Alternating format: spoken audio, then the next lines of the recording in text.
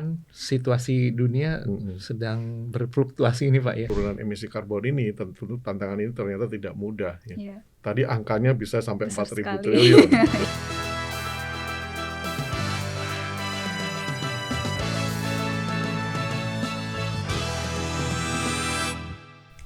Halo Sobat Sukovindo, kembali lagi di Space, Sukovindo Podcast and Creative Network.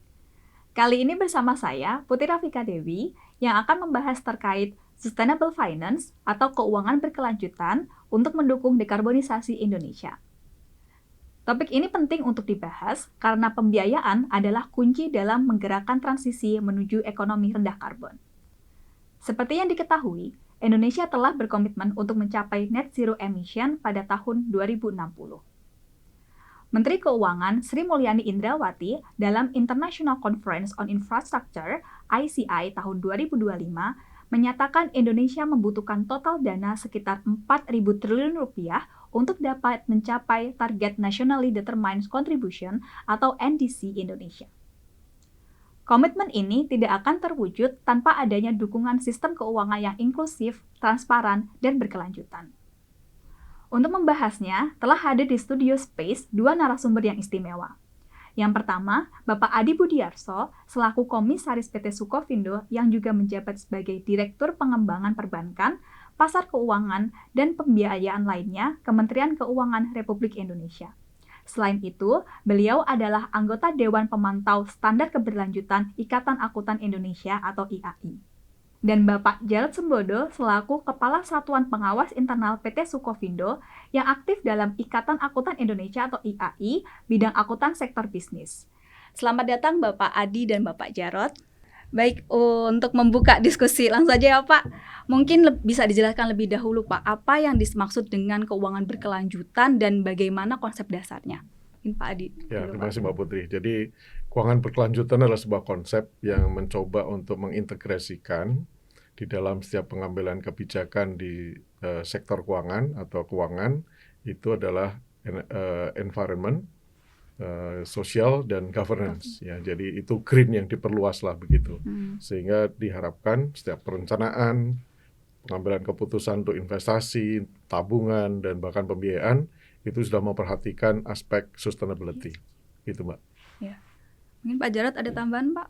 Iya, itu tambahan sedikit Pak Adi ya. Kan bagian dari dampak dari termasuk perubahan iklim, terus governance, bahwa kita dalam membangun usaha itu harus berkelanjutan. Nah, kalau dulu mungkin yang diperhatikan aspek sosialnya saja, sekarang dampak dari perubahan iklim juga menjadi penting dan itu harus diantisipasi. Oke, baik Pak. Mungkin bisa disebutkan Pak, instrumen keuangan seperti apa saja sih yang bisa dikategorikan sebagai keuangan berkelanjutan, Pak? Ya, di sektor keuangan itu ada banyak instrumen karena sektor keuangan itu mempertemukan antara yang punya dana sama yang membutuhkan dana. Nah, kebijakan misalnya investasi untuk yang lebih green itu bisa dalam bentuk dua, saham atau obligasi atau derivatif lainnya. Jadi makanya kalau kita ingin menerbitkan sustainability instrument, berarti saham yang ramah terhadap lingkungan atau industri yang ramah terhadap lingkungan, atau bonds ya, green bonds, atau sekarang sudah ada green sukuk dan seterusnya. Ya, dan yang lain jangan lupa kita ada juga pensiun, asuransi untuk disaster risk financing, itu ada mekanisme untuk masuk dalam asuransi ya. Dan juga tabungan hari tua. Nah, itu juga merupakan sustainability ya, aspek kesejahteraan tidak hanya selama kita bekerja tapi bahkan sampai usia setelah pensiun, bahkan kita punya daya tahan terhadap perubahan iklim gitu ya. Dan sekarang sektor keuangan dan juga instrumennya terus berkembang ya Pak ke arah sustainability atau keberlanjutan ya Pak. Baik. Nah Pak, untuk ekosistemnya sendiri Pak di Indonesia seperti apa Pak? Apa yang sudah terbangun, mungkin stakeholder yang terkait, kebijakan atau regulasi yang telah ada untuk mendukung keuangan berkelanjutan ini seperti apa Pak? Ya, kalau dari sisi pemerintah sangat berkomitmen ya terhadap perubahan iklim ini. Jadi salah satu yang tadi Mbak Putri sudah sebutkan, NDC misalnya, Commitment National Determined Contribution, itu sudah meningkat. Jadi sudah enhance NDC. Jadi dari 41% menjadi 43 sekian persen ya. Itu artinya pemerintah berkomitmen untuk mencari terobosan, peluang untuk melahirkan atau bersama-sama ya dengan private dan juga masyarakat energi yang ramah lingkungan, kemudian pembangunan yang peduli pada sosial, dan kemudian pengelolaan limbah dan seterusnya. Jadi proyek-proyek yang berkomitmen untuk bisa mendorong sustainability itu sudah dimasukkan di dalam roadmap jangka panjang untuk NDC tadi by 2030. Nah, di samping itu kita juga sudah mengembangkan ya instrumen ataupun penguatan di sektor jasa keuangan ini. Misalnya OJK sudah menerbitkan peraturan nih sejak tahun 2017 ya terkait bagaimana emiten dan industri di sektor jasa keuangan bisa lebih ramah ya, lebih aware terkait dengan kebijakan yang lebih ramah lingkungan, kemudian peduli pada sosial dan governance.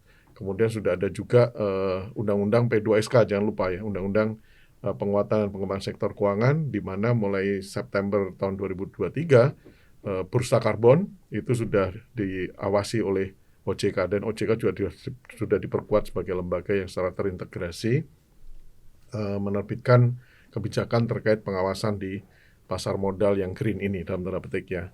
Kemudian kita juga ingin terus mendorong nanti akan ada penerbitan PP untuk pengaturan terkait dengan sustainable finance. Jadi artinya nanti akan ada komite di mewadai BI, OJK, Kemenq, dan juga nanti untuk menerbitkan yang namanya Green Taxonomy atau taksonomi hijau. Yang selama ini pemerintah dan ASEAN sudah juga mendukung penerbitan ASEAN Green Finance atau Sustainability Taxonomy.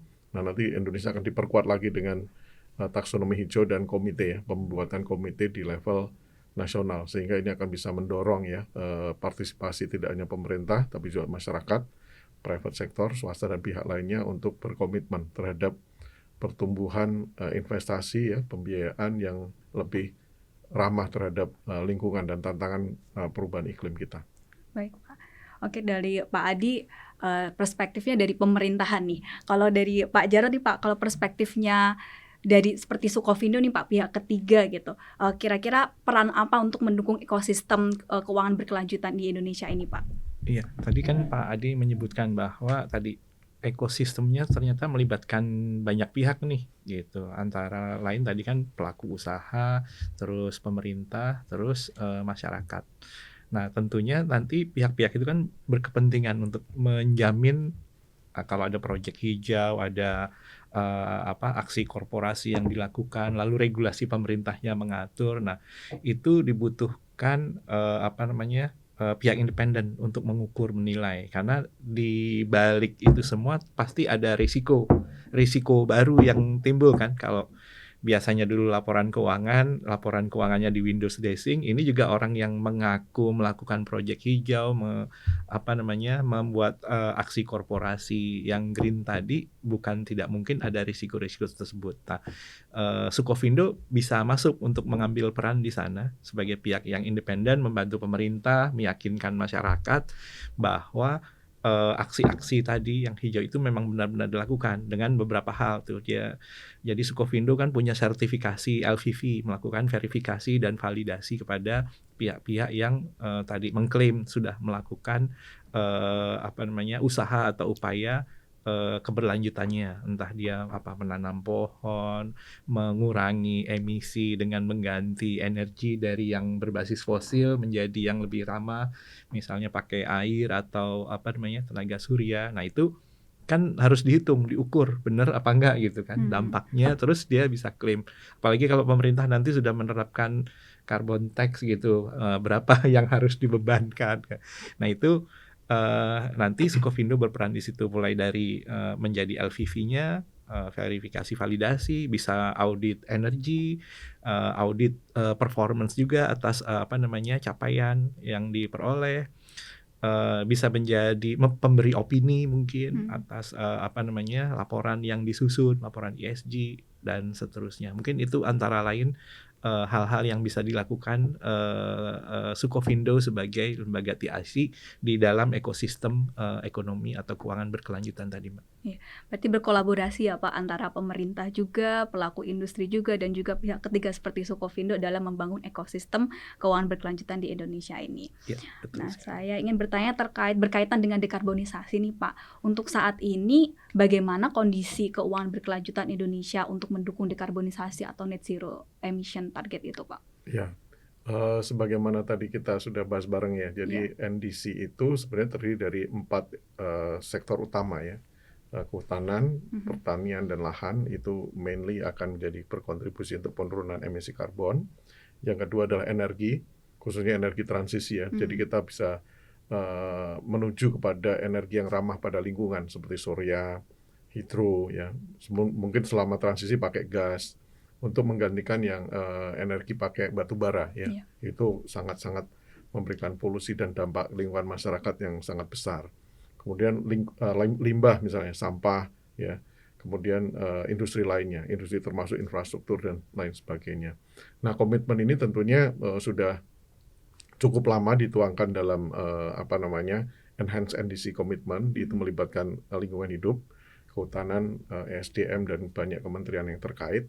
Nah, kesiapan kita untuk menangkap peluang dan bahkan berkomitmen berkontribusi dalam penurunan emisi karbon ini, tentu tantangan ini ternyata tidak mudah. Ya. Tadi angkanya bisa sampai 4.000 triliun, ya, 270 billion US dollar. Nah, ini adalah sebuah tantangan yang besar. Tetapi di balik tantangan yang besar ini sebenarnya ada peluang.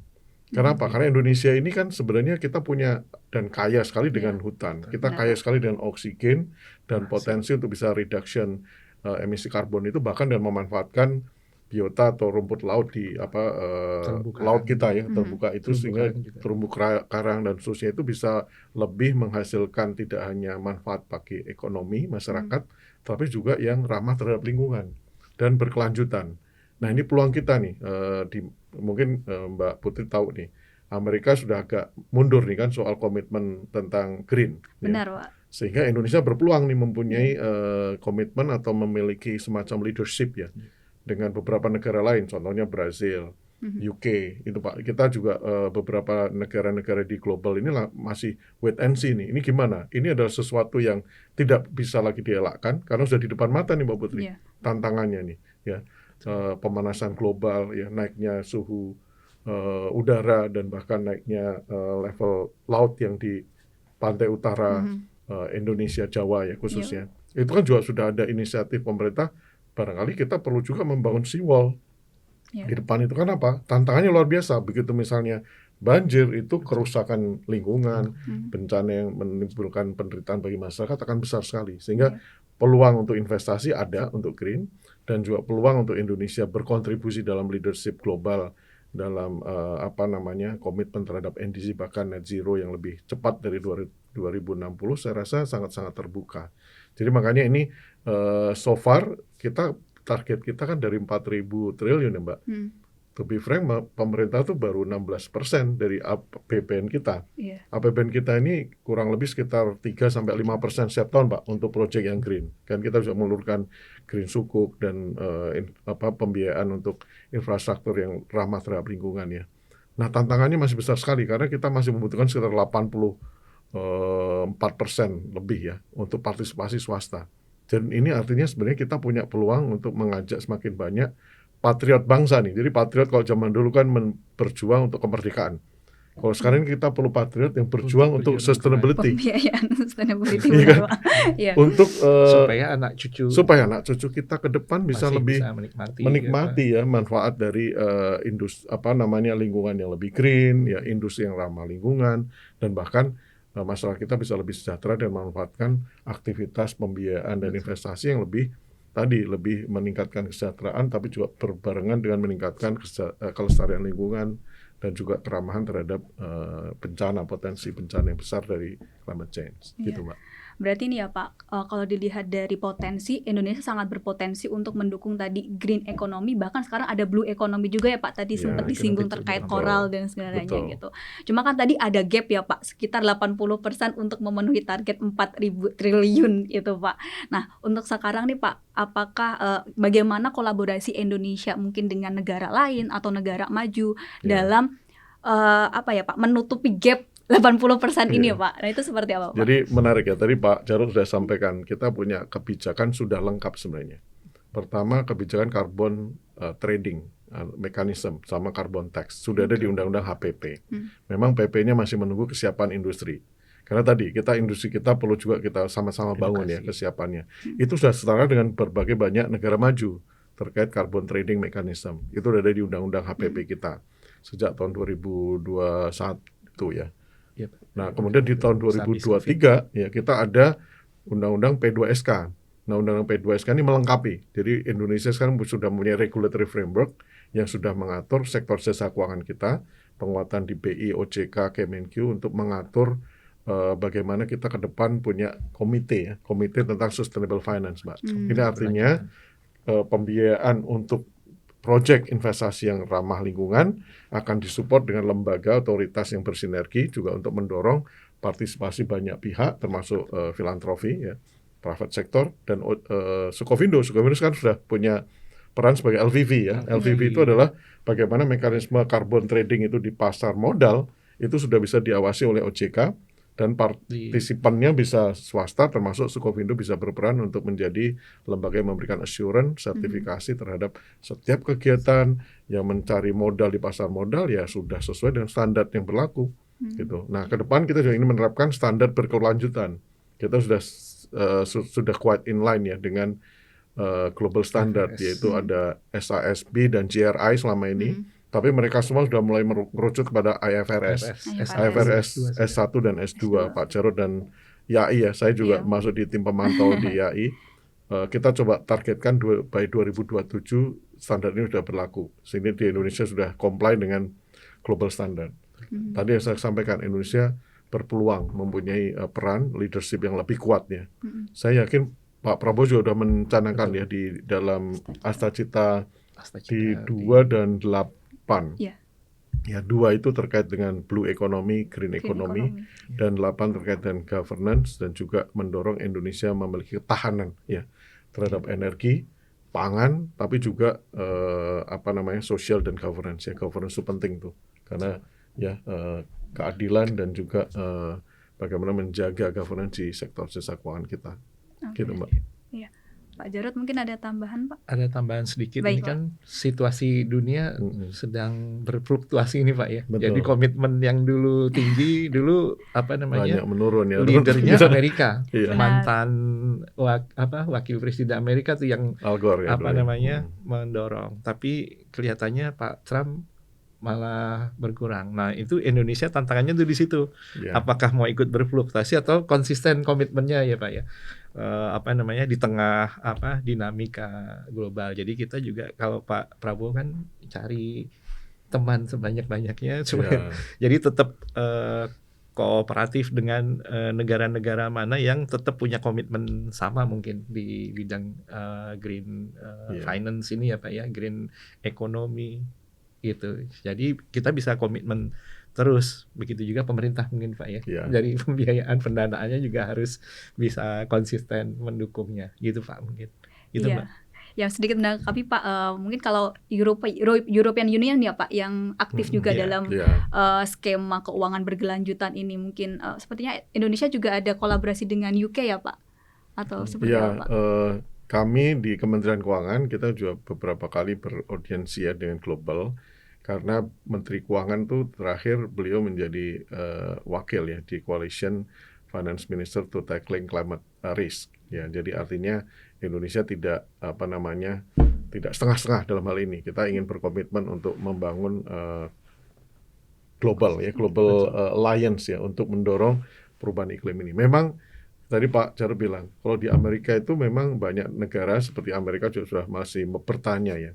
Tapi di akademisinya di banyak negara kelihatannya mereka mix antara ini sebagai sesuatu yang harus kita percaya atau memang harus ada komitmen besar atau ada prioritas lain.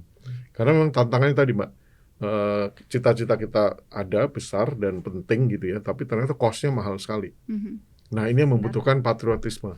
Bahkan patriotisme itu kalau di Indonesia menurut saya harus sampai ke level rumah tangga. Sampai level pribadi. Jadi kalau kita buang sampah tolong mulai dipisah nih. Sampah yang bisa recycle sama sampah yang bisa di composting gitu ya, atau bahkan dibuang ya sama sekali. Atau mungkin kita mulai juga memikirkan kalau kita buang sampah jangan buang sampah sembarangan. Ya, kita mulai ada biaya nih ternyata untuk mengelola sampah ini gitu. Jadi kita udah mulai dalam tanda petik aware ya bahwa kita harus mulai. Terus yang kedua kalau kita punya perencanaan keuangan, pikirkan juga asuransi. asuransi kesehatan, bahkan COVID. Siapa tahu Siap, COVID betul, itu Pak. pada tahun 2020 ya. Nah, Hmm. COVID itu salah satu bencana Tidak mutakhir terjadi. ya, terkait dengan perubahan iklim juga menurut saya. Iya. Ya, jadi artinya ada begitu banyak potensi bencana yang luar biasa yang sebenarnya menuntut kita punya respons yang proper ya. Kalau sebagai negara, yes, kita kan punya program PEN waktu itu ya, pemulihan ekonomi nasional dan penyelamatan akibat COVID ya. Tapi kalau secara pribadi kita juga punya banyak instrumen.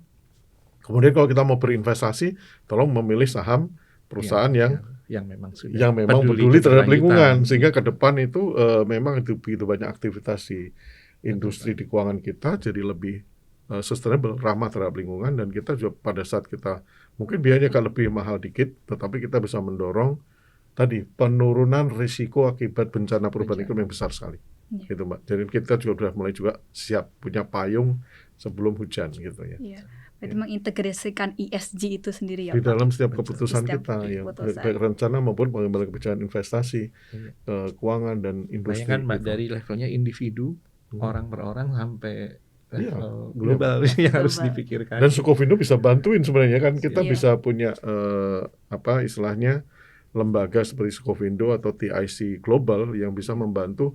Benar nggak sih gedung kita ini efisien? Iya. Gedung kita bisa memilih energi yang audit lebih baik energi gitu ya, tadi. daripada yang Sama green mencemari building ya, Mbak, ya. lingkungan atau tidak efisien dan tidak ramah terhadap sosial gitu ya. Iya. Kemudian Betul. benar nggak sih rumah tangga kita menggunakan teknologi AC misalnya, terus misalnya bangunan dan seterusnya yang ramah memang lingkungan. ramah lingkungan dan seterusnya gitu, Mbak. Usaha-usaha tersebut bisa menjawab tantangan terkait greenwashing juga ya, Pak. Karena Ya, kalau saya baca ini terdapat beberapa misal proyek labelnya hijau tapi ternyata belum sesuai dengan standar nih, Pak, gitu. ya. Nah, isu-isu itu kan tetap ada ya, Pak. Jadi tetap butuh disesuaikan atau sudah mematuhi atau memenuhi standar atau belum sih, seperti itu. Betul, Mbak Putri. Jadi gini, sebenarnya siapa sih yang harus membayar atau membiayai program perubahan iklim ini? Iya. Sebenarnya yang harus lebih banyak membiayai adalah mereka yang mengeluarkan polusi kan, Iya. yang lebih banyak. Dia harus membayar itu. Makanya ada carbon trading mechanism. Iya. Nah, artinya kita udah mulai harus sadar nih sekarang, masing-masing tuh sebenarnya mau polusi banyak nggak sih? Kalau kita mau polusi banyak, harusnya kita berkontribusi lebih banyak. Nah, pemerintah lagi mendorong mekanisme carbon trading, baik di saham maupun di perpajakan ya, atau di kebijakan fiskal. Tapi kembali, ini kan butuh kesiapan masyarakat kita. Begitu nanti kita siap, saya rasa itu akan menjadi instrumen yang baik sekali. Nah, sekarang masih banyak voluntary. Nah, voluntary itu artinya negara maju seperti Norway, UK, dan seterusnya itu bahkan mau menginvestasikan kepada proyek-proyek yang lebih green. Benar. Mau ada technical assistance, mau ada Iya. grant, dan seterusnya. Pemerintah juga punya lembaga seperti PT SMI atau BPDLH, Badan Pengelola Lingkungan Hidup kita. Itu mereka sebagai semacam green bank kita. Jadi mereka menjadi partner bagi nasional dan juga lokal, daerah, dan pengusaha untuk bisa mendapatkan akses kepada pembiayaan perubahan iklim yang disiapkan negara maju. Negara maju itu biasanya bisa langsung bilateral atau secara multilateral, Mbak, baik melalui Green Climate Fund, ya, melalui G7 atau komitmen kemarin Indonesia Transition Mechanism dan seterusnya. Itu kita coba payungi ya supaya terjadi gerakan secara partisipatif, kolaboratif untuk mendukung komitmen pada ESG ini, Mbak. Iya. Kalau sambutan dari pelaku industri sendiri bagaimana nih, Pak, terkait adanya keuangan berkelanjutan dan juga tuntutan akan pengurangan emisi dari operasional bisnis mereka itu seperti apa, Pak, untuk saat ini di Indonesia? Saya sebenarnya ingin balikin ke Pak Jarod dan Mbak Putri yang masih muda nih.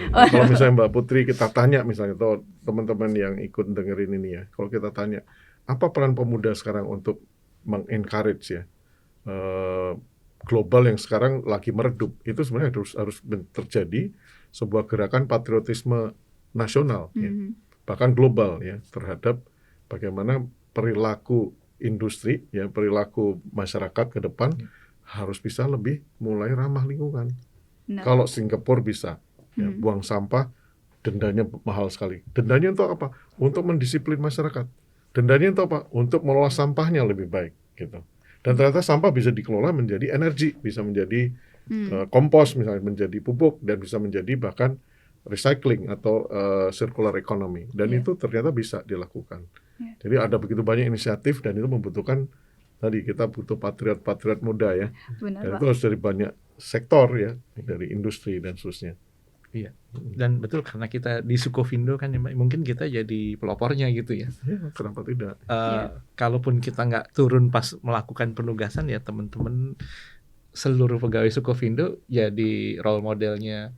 Terus kita memang nanti jatuhnya kan tadi menjadi lembaga yang independen membantu pemerintah mengawasi, menjamin akuntabilitas tadi sudah sesuai atau belum, sehingga tadi kalau ada yang memang salah kena sanksi denda pemerintah yang dananya memang dikumpulkan untuk membiayai ya Pak ya. Kemudian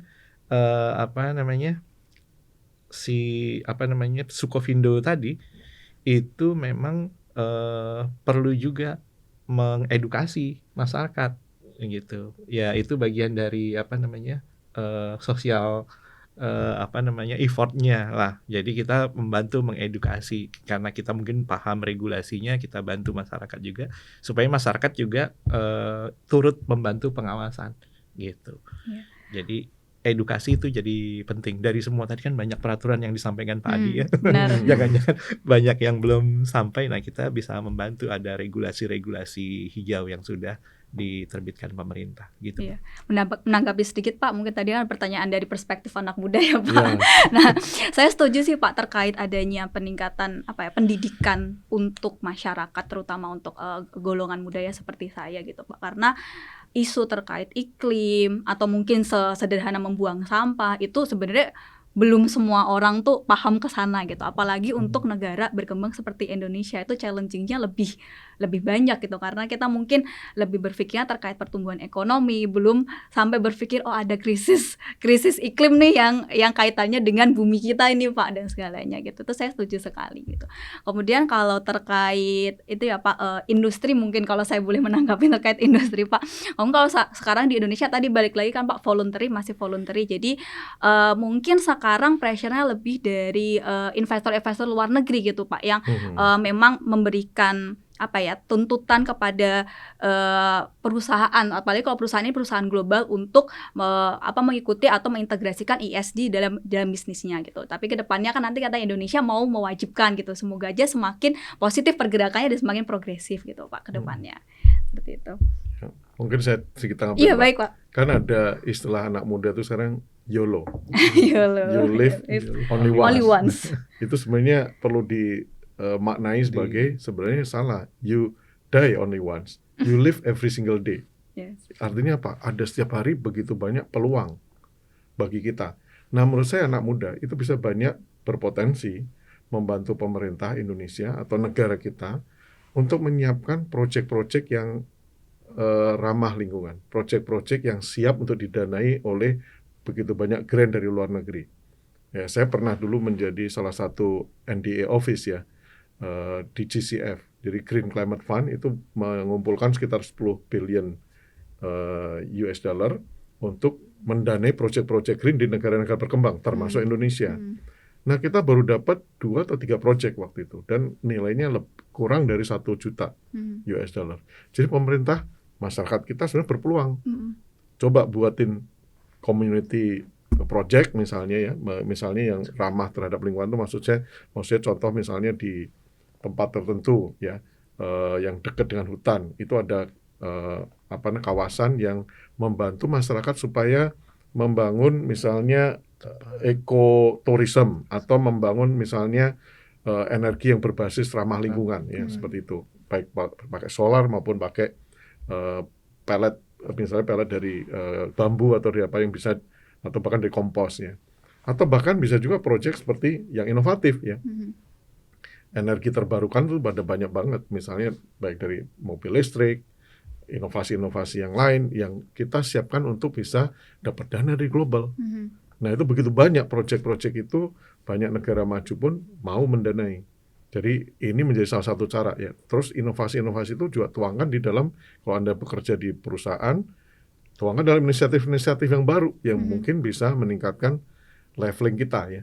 Dari sekarang ini cuman aware, tapi kita jadi partisipan, kita jadi aktif berperan untuk berkontribusi ya dalam bentuk inisiatif baru, inovasi yang sekarang sudah ada, ataupun bahkan berteman dengan banyak pihak supaya bisa membantu masyarakat mendapatkan dana nih, proyek-proyek green itu masuk ke Indonesia.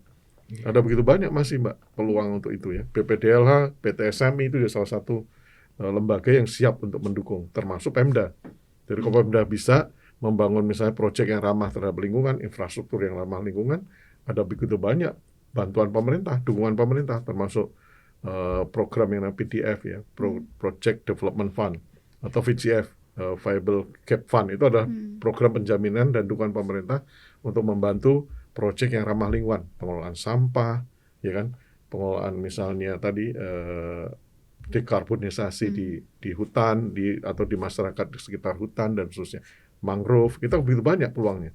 Rumput laut misalnya Pak, atau terumbu karang, itu banyak banget aktivitas yang bisa menimbulkan awareness, tapi juga berpartisipasi aktif ya dalam penurunan emisi karbon. Berarti ruang inovasi itu masih sangat besar sekali di luas. Indonesia ya Pak, dan pendanaannya ada nih, Ya. tapi masih belum banyak, masih dibutuhkan banyak inovasi project terkait untuk membantu dekarbonisasi. You itu. live every single day, bukan live only once. Betul, Ya kan? Pak. Ya kan? Jadi Matinya manfaatkan cuma apa? sekali. Matinya Tapi sekali. kita akan lebih bermanfaat kalau bisa menjaga bumi ya Pak. Ah, Ya. Iya. itu, gitu. Dan buminya cuma satu Pak, terus sekarang Lagi Satu. dicari Mars. lagi dicari lagi. Baik. Mungkin ke Pak Jarod ya Pak, terkait sedikit teknikal Pak. Kalau bisa dijelaskan, tadi kan kita udah berbicara tentang mekanisme keuangan berkelanjutan dan segalanya. Nah, sekarang mekanisme pengawasan dan pelaporan Pak untuk memastikan dana keberlanjutan ini akuntabel gitu Pak. Kalau secara mungkin sedikit teori atau teknisnya tuh seperti apa Pak? Iya. Tapi saya mau mencatat tadi yang disampaikan Baik. ke Pak Adi dulu ya dari Iya. perbincangan kita tadi ya, bahwa tadi pertama kita membicarakan kolaborasi karena memang banyak pihak nih, mungkin semua pihak yang ada di bumi ini terkait. Yang kedua, pihak-pihak itu perlu diedukasi. Terus tadi terakhir Pak Adi menyampaikan bahwa butuh yang anak muda nih terutama Pak ya, inisiatif sekarang nih kan, jangan nunggu kita yang sebentar lagi nggak ada ya Pak ya. Jadi inisiatifnya harus dari anak muda, terus berinovasi untuk melakukan hal-hal yang tadi disampaikan Pak Adi. Nah baru nanti nih wujudnya kan kontribusinya bisa yang tadi levelnya global sampai yang individu. Tadi kalau misalnya membangun tempat pengolahan sampah, karena saya di Bandung Pak, itu sekarang susah mencari tempat pembuangan sampah akhir. Sudah nggak ada tempatnya lagi Pak. Karena nggak pernah diolah kan, ditimbun terus penuh, nyari lagi timbun penuh. Nah ternyata dari Jerman ada Pak pegiat sosmed itu menyampaikan masalah di Indonesia apa, harusnya mulai dari tadi tuh mengedukasi teman-teman anak muda nih, mulai dari membuang sampah ya jangan di sungai gitu, terus memilah sampah. Kalau enggak ternyata tempat penampungan sampah itu costly, biayanya besar gitu. Nah nanti peran kita untuk tadi yang mengawasi, ternyata tadi rentetannya banyak itu dari individu sampai pengelola sampah, sampai negara, sampai dunia tuh gitu, yang ingin melihat bahwa semua itu berjalan baik. Biayanya besar, pasti ada aja yang mau menyimpangkan dan menyelewengkan. Karena ada cuan besar gitu istilahnya kan. Nah itu kita masuk di situ perannya. Memang tadi bapak-bapak kita dari pemerintahan, regulator, ada dari Kementerian Keuangan, OJK, BI sudah menyusun regulasinya.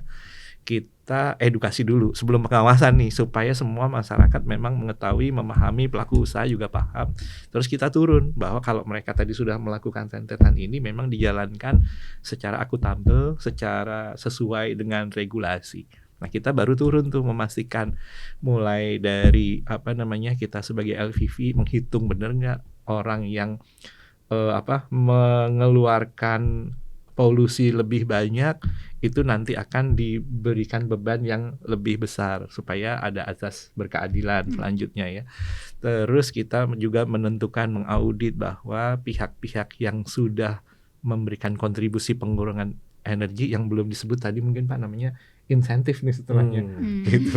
Biasanya ada stick and carrot nih, Benar. insentif apa yang bisa diberikan supaya lebih banyak lagi orang yang akan berkontribusi dari level terbawah tadi sampai level yang tertinggi. Nah, kita masuk memberikan kalau nggak penilaian atas pengawasan, mungkin ya memberi masukan juga tuh. Ini yang kontribusi tuh di sini, yang memberikan pengeluaran polisi di sini, yang sudah patuh siapa, yang belum patuh siapa, dan seterusnya. Advokasi ya Pak ya. Iya, begitu kira-kira Mbak. Jadi harapannya semua pihak bisa terlibat gitu. Baik, mungkin untuk yang terakhir nih Pak, kalau dari bapak-bapak sekalian, apa harapan ke depannya atau mungkin ya langkah strategis ke depannya untuk Indonesia Pak, untuk meningkatkan ekosistemnya dan juga meningkatkan safeguard terkait keuangan berkelanjutan Pak? Bapak atau Pak Jarod dulu? Dari saya ya, kalau Iya. dari saya dari mulai yang personalnya sendiri ya, tentunya tadi harapannya kita semua bisa menjadi contoh, panutan, terus mendorong, ikut berkontribusi. Lalu yang kedua di tempat saya bekerja nih, keluarga dulu ya Pak ya. Keluarga. Ya, di keluarga, seluruh keluarga kita juga di edukasi, disampaikan ikut turut berkontribusi, dari sekedar tadi buang sampah di tempatnya, memilah sampah, ngumpulin, terus merecycling gitu kan, sebelum di tempat air untuk diolah. Nah, untuk Sukovindo nih Mbak, di Sukovindo mungkin kita perlu lebih mendorong lagi nih usaha-usaha perusahaan untuk bisa menyiapkan orang, karena nggak cukup yang sekarang. Jika nanti tiba-tiba gelombang arus green finance datang, terus kita ingin dilibatkan, maka kita harus menyiapkan dari sekarang secara Antisipasi. SDM, kompetensinya, peralatan mungkin, modernisasi peralatan karena kebutuhan juga yang akan datang. Selain menjadi yang pengawas tadi, mungkin ya perusahaan kita juga perlu berbenah untuk meningkatkan kontribusi ramah lingkungannya. Benar. Gitu, energinya mulai membayangkan ganti lampu, ini udah LED di ruangan ini. Udah, oke. Tapi kalau di ruangan lain masih lampu neon gitu. Jam 6 kita sudah dimatikan tadi. Praktis Nah, banget ya, itu- jadi udah ramah lingkungan Iya, ya. gitu. Kalau bisa di cabang-cabang juga mulai green building, kalau ada pembangunan gedung baru. Nah, itu kita sudah memulai kontribusinya. Buat negara tadi harapannya tadi kalau masih ada gap segera ditutupi, karena biasanya kejar-kejaran ya Pak ya. Iya. Pelaku bisnis sudah melakukan apa, regulasinya belum gitu kan. Regulasi yang tadi undang-undangnya sudah lengkap, turunannya untuk level pelaksanaan belum. Nanti apalagi nanti ke level global dunia. Nah, komitmen bersama tadi harapannya sih kita ikut mepet terus kepada pihak-pihak yang memang konsisten untuk bisa mendorong green finance, green ekonomi, atau seluruh aksi-aksi yang mendorong antisipasi terhadap dampak perubahan iklim yang semakin dekat dan nyata di depan kita. Itu mungkin Mbak. Iya, makasih Pak Jarod. Jadi Pak Adi, Pak. Ya, mungkin kalau saya dari global, ini masalah climate change itu adalah masalah global. Jadi banyak negara itu cenderungnya wait and see. Tapi Indonesia kelihatannya dengan Brazil, ya UK atau Eropa itu sangat berpeluang ya membangun komitmen dan leadership ya di tataran global di tengah menurunnya ya perhatian dari beberapa negara seperti Amerika. Nah, yang kedua, saya memandang bahwa isu climate itu bukan hanya isu global saja ternyata. Itu adalah isu kita membangun patriotisme kita ya. Dan itu bisa kita bangun bareng.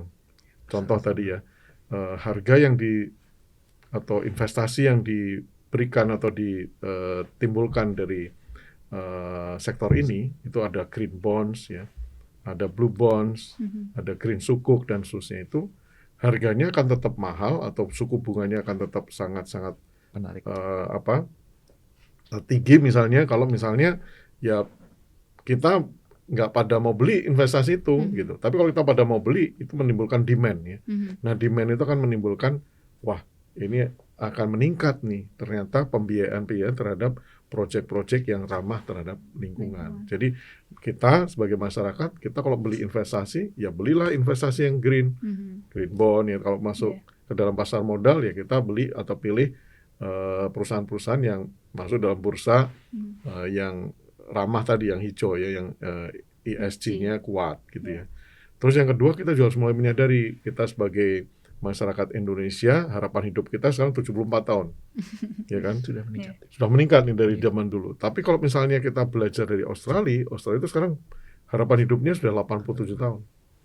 Nah, mereka sudah punya banyak tabungan karena mereka udah biasa mulai nabung nih untuk masa tuanya. Asuransinya juga udah berkembang bagus. Indonesia itu asuransi kita masih sangat, penetrasinya masih sangat rendah, Mbak. Artinya kesadaran kita terhadap bencana atau dalam tanda petik ya, risiko bahkan longevity, kita akan pensiun atau kita akan menua. Indonesia kan sekarang masih di demografi dividen nih sampai 2037. Tapi masih ada banyak masyarakat kita yang belum punya jaminan hari tua, Pak Jarod. Ya kan? Betul. Nah, itu Karena kan berarti pekerjaannya nggak permanen. kerjanya nggak permanen atau lupa nabung tadi. Betul. Jadi artinya setiap kali kita terima uang itu harus ada tabungan. Nah, tabungan itu kan memperkuat kita untuk nanti masuk kepada investasi. Nah, investasi kita dorong pada investasi yang lebih green untuk mendukung kegiatan proyek pemerintah yang lebih ramah terhadap lingkungan. Dan itu kan menghasilkan return yang baik juga. Jadi keputusan green kita kan menghasilkan kesejahteraan, ya, menghasilkan pertumbuhan ekonomi, tapi juga menghasilkan kesejahteraan sampai masa tua kita, gitu ya. Nah, terakhir untuk anak muda tentunya tadi ya, patriotisme tolong ditimbulkan. Kita membutuhkan banyak pahlawan ya dalam hal ini. Kita memang tantangannya berat sekali, tapi inilah pahlawan masa depan kita. Karena ekonomi ke depan tuh dua, Mbak, digital sama green. Nah, dua ini peluangnya luar biasa besar dan ini membutuhkan patriot ya, pahlawan-pahlawan green ya, yang tahu bahwa kita bisa berpartisipasi di dalamnya dan berkontribusi dan bahkan bisa mendukung global atau bumi yang lebih ramah ya buat kita sampai nanti usia pensiun, bahkan setelah usia pensiun. Mungkin gitu, Mbak. Jadi semoga tetap semangat ya. Terima kasih. Boleh nambah sedikit? Boleh, Pak, terkait boleh. anak muda nih. Jadi setelah podcast ini, harapannya nih, kami udah di podcast ini. Tapi yang harus kampanye itu anak muda, Pak ya. Karena milenial, Gen Z, Gen Alpha itu biasanya nggak dengar orang-orang tua. Maunya dengar temennya ngomong apa. Nah itu, jadi teman-teman tingkatkan kapasitasnya, terus kampanye ke teman-teman yang lain bahwa banyak peluang di green finance dan green kalau economy. sekarang kampanyenya lewat ini Pak, konten Pak, sosial media, ya short video itu. Sukovindo kan sebagai LVV, tapi sebenarnya Sukovindo itu bisa juga membangun institutional knowledge ya. Jadi kita bisa share kepada begitu banyak rekan kita. Kan semua produk SNI kan gitu. Benar, Pak. Semua produk kalau perlu nanti udah ada catatan karbon tripnya, carbon tracingnya, apa namanya? Karbon Sidik jari apa namanya? Ya, footprint, Pak. Carbon footprint. Kalau bisa Sukovindo jadi agen itu. Jadi minimal kalau kita ke kantor naik apa? Oh, saya naik sepeda, itu carbon footprint saya lebih rendah daripada naik angkutan umum misalnya gitu. Atau minimal sekali waktu mobil kita juga lebih ke ramah lingkungan atau yang hybrid misalnya gitu loh. Jadi itu kan menimbulkan tadi awareness dan juga akhirnya kita berlomba-lomba untuk semakin banyak keputusan yang tadi yang ethicals ya, yang berbasis pada ESG bisa terjadi menjadi realita di dalam kehidupan kita. Bagus. Jadi kan kita punya alat kalkulator ngitung karbonnya. Kalau dibuatkan aplikasi sedikit, setiap orang yang datang nginput, ketahuan tuh sebelum absen setiap input hari. dulu ya, Pak. Saya naik apa hari ini, berarti karbonnya berapa? Karbon berapa? Dan kita punya pilihan kan, bisa harus yang lebih ramah lingkungan yang mana, atau rumah kita juga gitu, investasi kita dan seterusnya, Mbak. Ada banyak hal yang kita bisa mulai ya, termasuk buang sampah ya, sampah. Mulai kita semakin maulah berkontribusi ya dalam pengelolaan sampah yang lebih sirkuler ya, lebih efisien dan lebih ramah terhadap lingkungan. Berarti dari awareness-nya dan juga membangun green skill tadi ya Pak. Green skill sangat penting untuk membangun green economy ke depannya. Baik. Tidak terasa kita sudah sampai di penghujung diskusi. Dari pembahasan tadi, kita bisa menarik beberapa poin penting. Yang pertama, ekosistem untuk keuangan berkelanjutan di Indonesia sudah terbangun, tetapi masih dibutuhkan dukungan baik dari dalam maupun luar negeri, terutama untuk investasi dan skema pengawasan. Yang kedua, dibutuhkan kolaborasi semua pemangku kepentingan, baik itu dari pemerintah, pelaku industri, dan masyarakat, terutama anak muda, dalam mendukung ekosistem keuangan berkelanjutan dan mengantisipasi perubahan iklim. Terima kasih kepada Pak Adi dan Pak Jarod atas insight yang luar biasa. Kami berharap diskusi kali ini bisa memberi wawasan baru tentang bagaimana sektor keuangan bisa menjadi bagian dari solusi krisis iklim. Terima kasih telah bersama Space kali ini. Jangan lewatkan episode Space dengan tema menarik lainnya. Sampai jumpa!